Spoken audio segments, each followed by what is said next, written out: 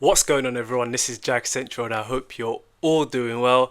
The Jacksonville Jaguars, a statement win from them. They go into Santa Clara, into the home of the undefeated San Francisco 49ers, and pulled off the upset, winning 26 to 21 to move to 3-1 on the season. For me, it wasn't a perfect game. It was a very ugly game, especially on offense, but this was a tough, physical and opportunistic victory against one of the best teams in the NFL. The defense was dominant. The special teams made explosive plays. The offense, they did just enough to win. But this is the kind of win for me that can define the season. So let's just break it all down. But before I kind of get into the play-by-play, let's just hit the three massive takeaways for me from this game. The first takeaway is that this Jacksonville defense is not just good. They are elite. For the fourth straight game, they've forced at least 3 turnovers. They have an NFL lead in 13 takeaways in just 4 weeks. They went up against one of the best offenses in the league, held Christian McCaffrey to under 3 yards a carry, and came away with 4 turnovers, plus a turnover and downs. And Devin Lloyd, who I was talking about all of last season when he came in for NFLUK one, he's playing like an all-pro. And yesterday he showed just that. Eric Armstead getting the game-sealing sack fumble as well against his own old team, that was poetic justice. The second takeaway for me is that this team, they won with complementary football. This is kind of what we've been waiting to see from the Jacksonville Jaguars, to play complementary football. When the offense stalled, the defense got a turnover. When the defense needed a break, the special teams stepped up in a huge way with a 54-yard kick return from Tootin that led to points, and then Parker Washington's 87-yard punt return touchdown that literally completely flipped the game on its head. Because at that time, the offense was stalling, the defense was getting tired, and then bam, just right there, it literally turned the game on its head. And it wasn't just one unit carrying the team this week, it was everyone.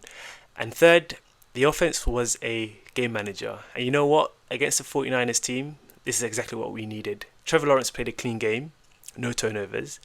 The offensive line was fantastic again. They allowed 0 sacks against a great defensive front. And then Travis Etienne, man, he's got his burst back. Like, he was an engine. He grinded out 124 yards and a touchdown. But the offense, it wasn't flashy, but it was winning football. And they controlled the ball and then let the other phases of the game dominate. So before we kind of get into that, I hope you guys really love the audio now, because I've got a new mic. So you guys should be able to hear me clearly, crispy clear.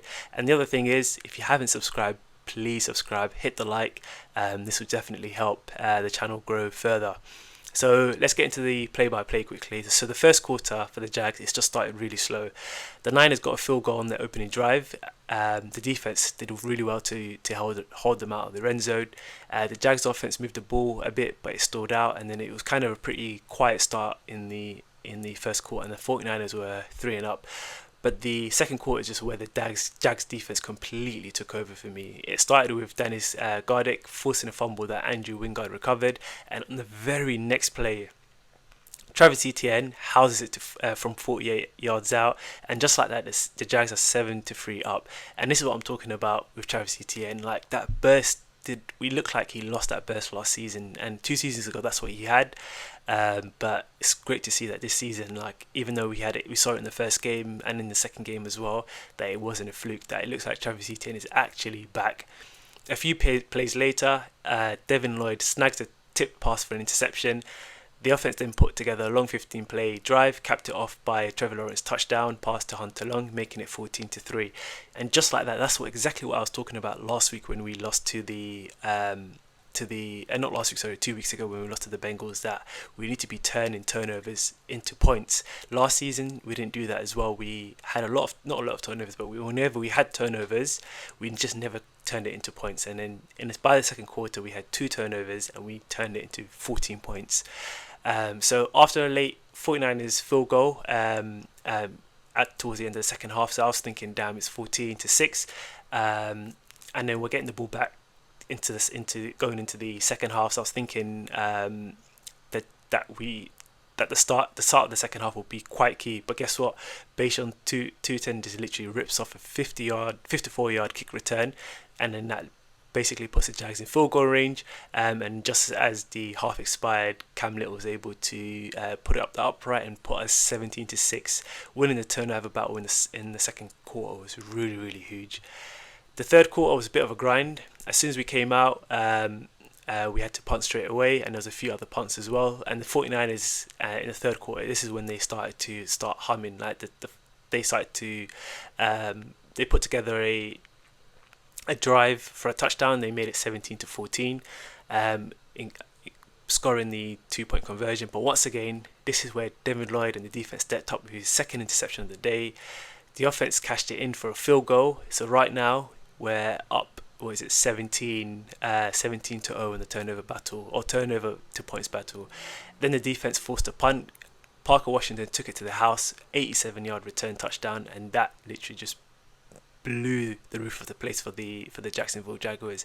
The Jags went up 26-14, and then in this moment I was thinking, alright, cool, the Jags have control. The offense hasn't played particularly well. They've managed the game well. The defense and the special teams has literally been dominating. So we get into the fourth quarter, and it literally was about holding on. The defense got a huge fourth down stop. Then the Niners managed to score a touchdown late to cut the lead to 26-21. That kind of created a really tense finish towards the end. But with the 49ers driving for a win, who else but former Niner Eric Armstead comes up with a strip sack on Brock Purdy. NFLUK recovers, and then the Jags managed to run out the clock for a massive victory.